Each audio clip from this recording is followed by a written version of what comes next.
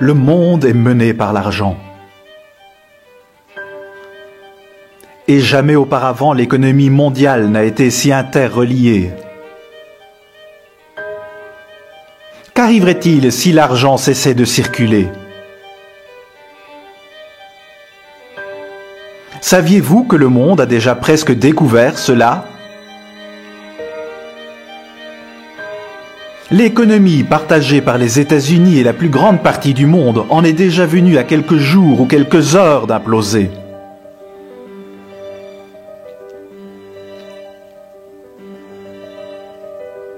La crise économique de 2008 est-elle vraiment terminée? Les remèdes du gouvernement ont-ils vraiment réussi à éliminer la dette? Ou la même crise est-elle toujours en train de croître sur la surface? Tout ceci sur la clé de David d'aujourd'hui avec Gérald Fleury. Bonjour à tous. Véritablement, une des plus grandes prophéties dans toute la Bible s'accomplit devant vos yeux. Depuis des décennies, des gens en Europe ont tenté d'unifier la puissance européenne politiquement.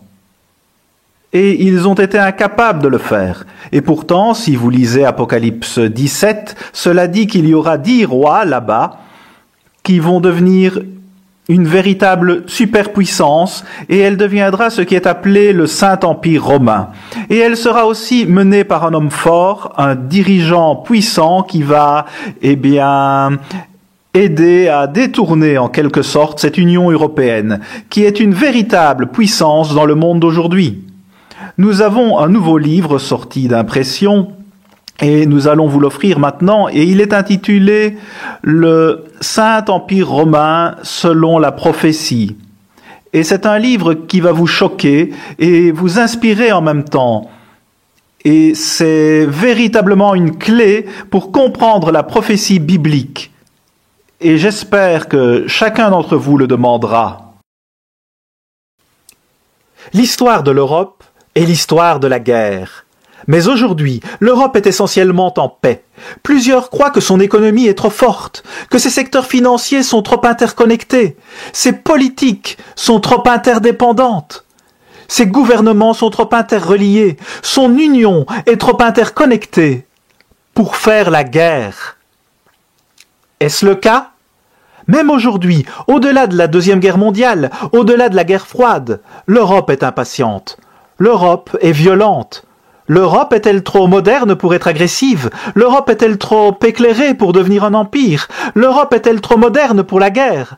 Que réserve l'avenir pour les Européens? Le monde devient de plus en plus dangereux et certains dirigeants disent qu'il est temps pour l'Europe de revenir à ses racines, de regarder l'histoire d'une Europe unie, un temps où de grands dirigeants ont forgé un continent divisé en un empire unique et puissant.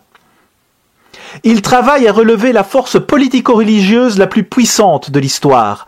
Pour connaître l'avenir de l'Europe, vous devez connaître son passé. Demandez votre copie gratuite de ce nouveau livre qui vous montrera ce que l'avenir réserve pour l'Europe. Demandez le Saint-Empire romain selon la prophétie.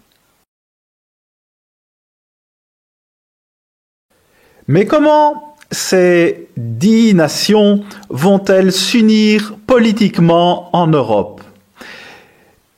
Eh bien, les États-Unis d'Amérique vont jouer un rôle clé négatif dans tout ceci et les aidera à s'unir d'une façon qui a été véritablement prédite par Herbert Armstrong il y a plusieurs années. Elle va devenir une forte puissance politique et militaire. Et je veux vous parler aujourd'hui au sujet de la crise financière américano-européenne. Les deux unités sont reliées ensemble. Les deux entités sont reliées ensemble. Voici ce que Herbert Armstrong a écrit en 1984. Il a écrit au sujet de la crise bancaire massive en Amérique. Elle pourrait soudainement pousser les nations européennes à s'unir en tant que nouvelle puissance mondiale, plus puissante que soit l'Union soviétique ou les États-Unis. Maintenant, c'est beaucoup de pouvoir. Et il a expliqué comment les banques européennes et toutes ces banques américaines sont reliées de très près. Et ceci relie entièrement une structure financière, une unité financière vous pourriez dire. Et d'une certaine façon, ceci inclut l'essentiel du monde globalement parce que c'est une force tellement puissante.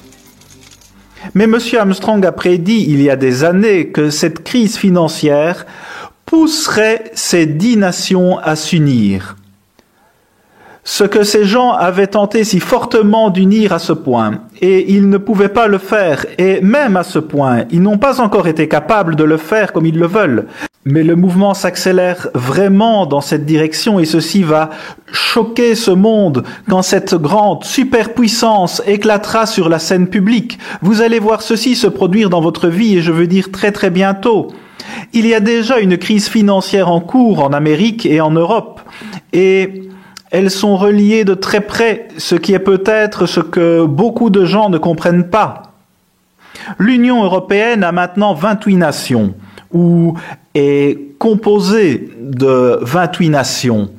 Et le but réel de cette union, dès le début jusqu'à maintenant, était, nous avons besoin de cette Union européenne afin de pouvoir contrôler une Allemagne dangereuse qui a déclenché 2 guerres mondiales.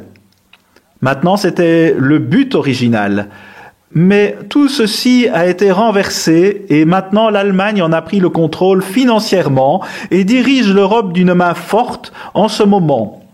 Financièrement. Nous devons réfléchir à cela parce que l'Allemagne s'est élevée en puissance encore une fois, en dépit des plans des hommes immédiatement après la Deuxième Guerre mondiale. L'Amérique sera cependant le véritable catalyseur pour réunir cette unité de 10 nations en Europe, où les 10 rois discutaient dans Apocalypse 17. Et je veux vous lire un rapport terrifiant qui ne vous est peut-être pas familier.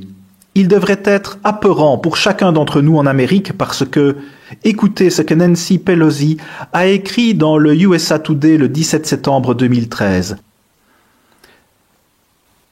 Elle a dit « Il y a 5 ans aujourd'hui, quand j'étais la présidente de la Chambre des représentants, j'ai convoqué les autres dirigeants démocrates de la Chambre dans mon bureau pour discuter des dernières nouvelles financières.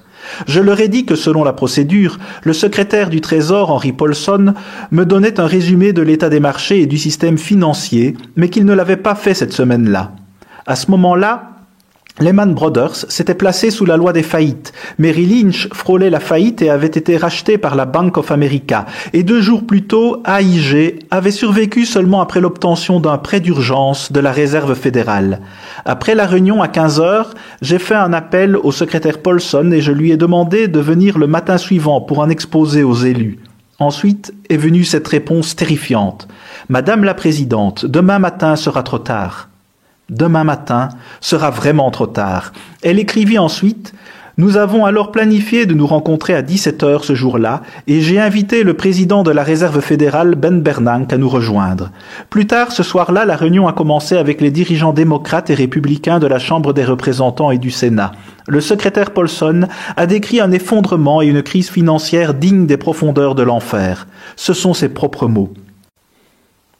Quand j'ai demandé à Bernanke ce qu'il pensait de la description du secrétaire, il a dit « Si nous n'agissons pas immédiatement, nous n'aurons pas d'économie lundi prochain. » Nous étions jeudi soir, tout le monde dans la pièce était abasourdi.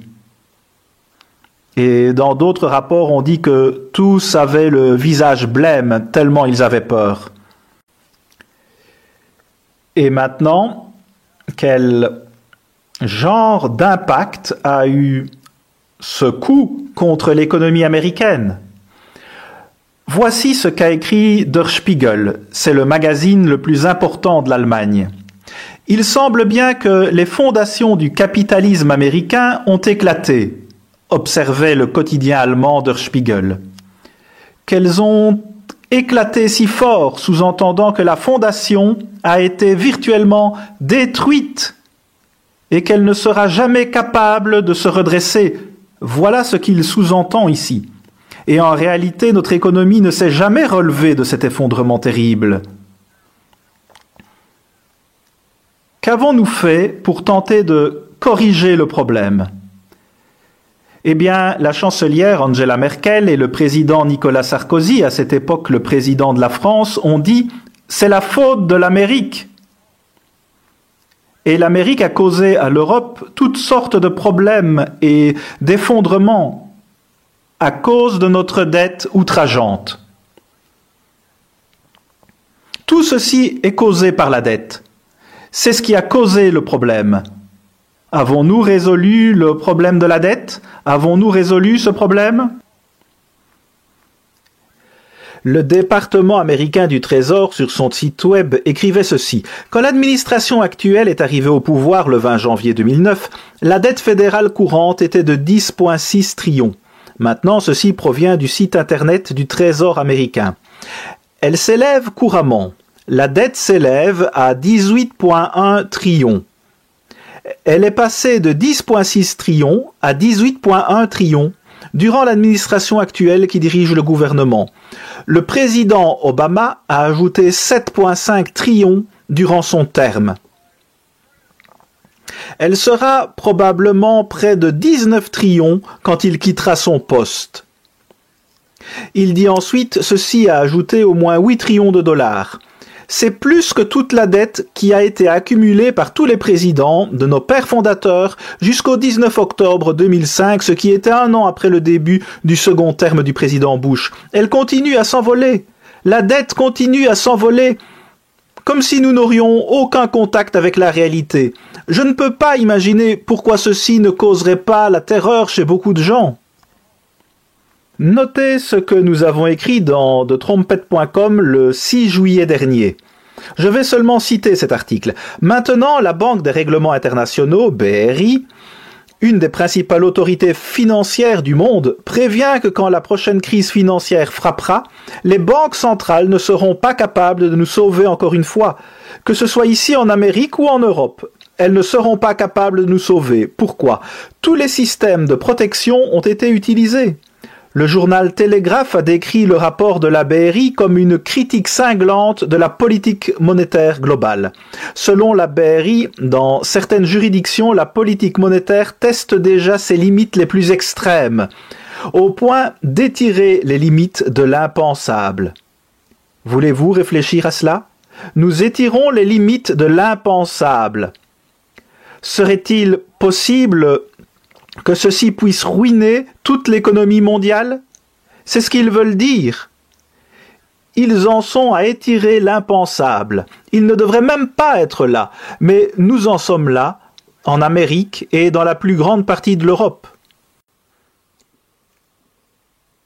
Le mélange de la politique s'est appuyé sur le modèle de croissance basé sur la dette qui est à la racine de la crise, ont écrit les auteurs. Et qui détient la pire dette de toutes dans le monde? Eh bien, c'est l'Amérique et de loin. Plusieurs experts ont dit que la crise financière en Amérique était à quelques heures de détruire l'économie. Maintenant, je suis certain qu'il y a des gens qui vont être en désaccord avec cela. Mais néanmoins, vous devez admettre que ça a été un spectre épouvantable et terrifiant que nous avons observé à ce moment-là. Que s'est-il passé? Combien sérieux était-ce? Eh bien, peut-être devrions-nous jeter un regard à ce qui se passe en Grèce aujourd'hui et jeter un nouveau regard à ceci. Mais avons-nous pris une action radicale pour corriger ce problème ou pour le résoudre? Eh bien non. La dette s'envole, elle s'envole, s'envole. Et elle croît au rythme de 3 milliards chaque jour. Qu'en pensez-vous? Je veux dire, vous pouvez demander à presque n'importe laquelle des autorités ou à plusieurs d'entre elles et elles vous diront qu'une crise encore pire s'en vient.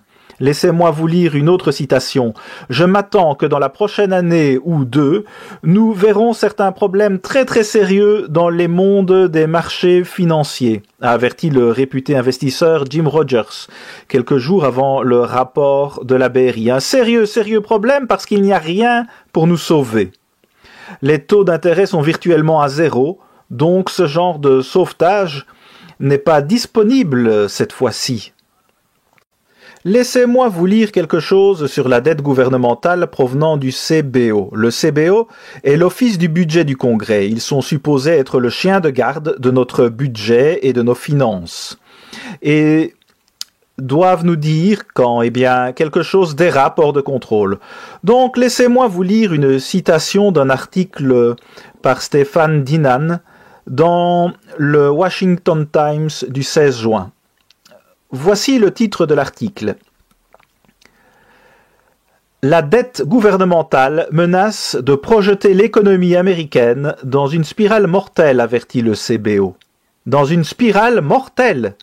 De quoi ceci parle-t-il? Et il continue. Les prévisions à long terme du budget fédéral ont empiré dramatiquement durant les quelques dernières années, a dit le CBO dans son rapport désespéré, blâmant de larges déficits qui se sont accumulés sous le stimulus du président Obama et des changements encore plus fondamentaux à l'économie qui ont poussé les Américains à quitter le monde du travail en faveur de subsides gouvernementaux. Eh bien, que pensez-vous de cela? Je veux dire, vraiment. Il continue en disant que cette économie est condamnée dans l'avenir. Si nous ne faisons pas quelque chose, et si nous ne faisons pas quelque chose, elle pourrait être totalement anéantie en moins d'une décennie, en moins de 10 ans.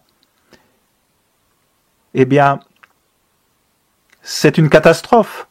Et le peuple américain ne semble pas vraiment comprendre beaucoup à ce sujet. Mais laissez-moi vous dire que ce n'est pas qu'un petit problème.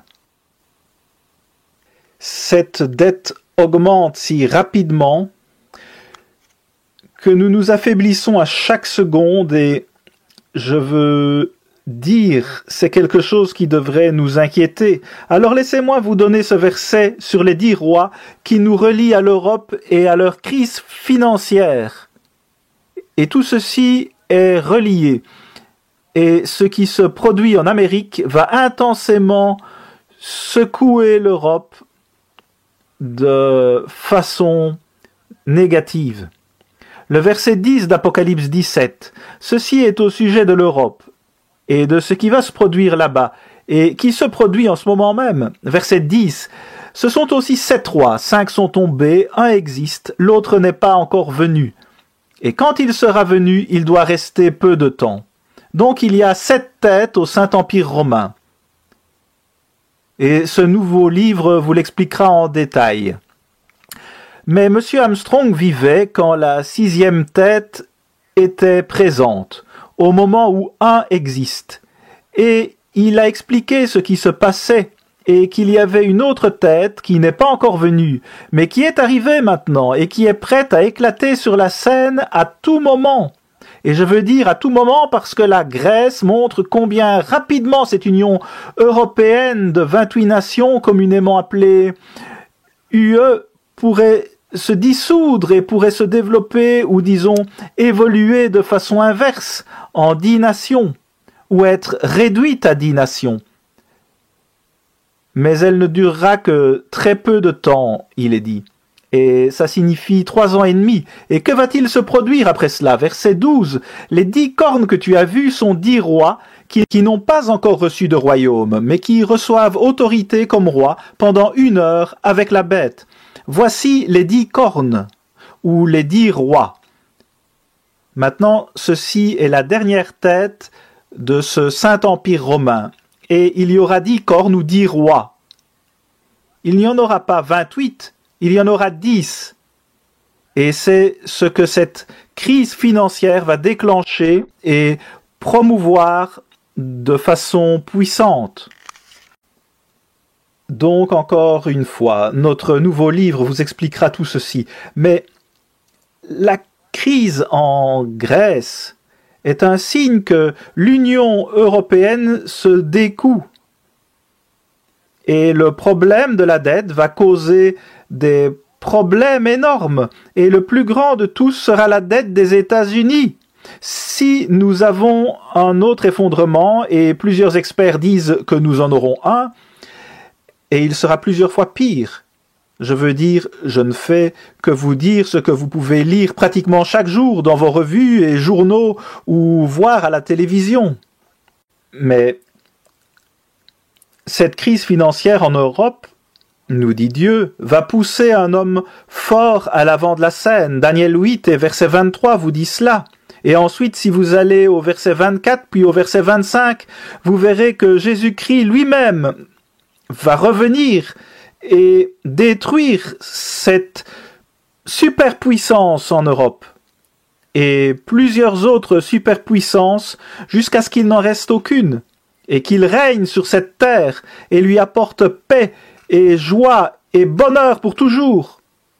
Maintenant, c'est quelque chose qui doit nous stimuler. Sûrement, si nous y réfléchissons intensément, nous devons aimer ces nouvelles. Notez le verset 13.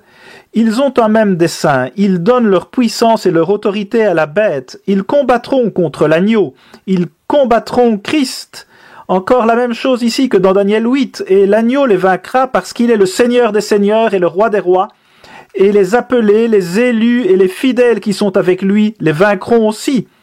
Eh bien, qu'en pensez-vous? Il y aura des saints avec le Christ, ceux qui l'ont aidé à transmettre le message avant son second avènement, reviendront avec lui et combattront avec lui comme fils de Dieu dans sa famille. C'est le sujet au cœur de l'Évangile, et ces gens seront aussi protégés physiquement.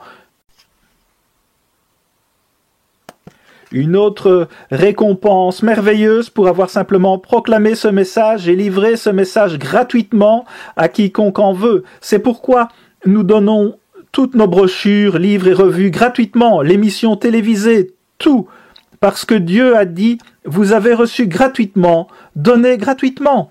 Et parce que nous le faisons à sa manière, il l'appuie. Il soutient et appuie le message à travers ses propres membres convertis. Verset 17. Car Dieu a mis dans leur cœur d'exécuter son dessein et d'exécuter un même dessein et de donner leur royauté à la bête jusqu'à ce que les paroles de Dieu soient accomplies. Donc c'est la volonté de Dieu que tout ceci se produise. Pourquoi? Eh bien, ceci se produira à cause de nos péchés. Saviez-vous que si vous observez de près, l'Amérique mène le monde dans la voie du péché? Si vous prenez le standard biblique et l'utilisez. Maintenant, comment tout ceci affecte ou est relié avec l'Europe et avec la Grèce et la crise qu'ils traversent en ce moment parce qu'ils sont en faillite? Eh bien, le New York Times a écrit ceci le 13 juillet 2015 par Roger Cohen. L'Europe, encore une fois, dans un moment de crise, est face au dilemme de comment gérer la puissance allemande. La question allemande est de retour. Précisément le sujet sur lequel les Allemands sont les plus embarrassés ainsi que leurs voisins vient de se produire. L'Allemagne domine l'Europe à un degré inimaginable il y a seulement 15 ans.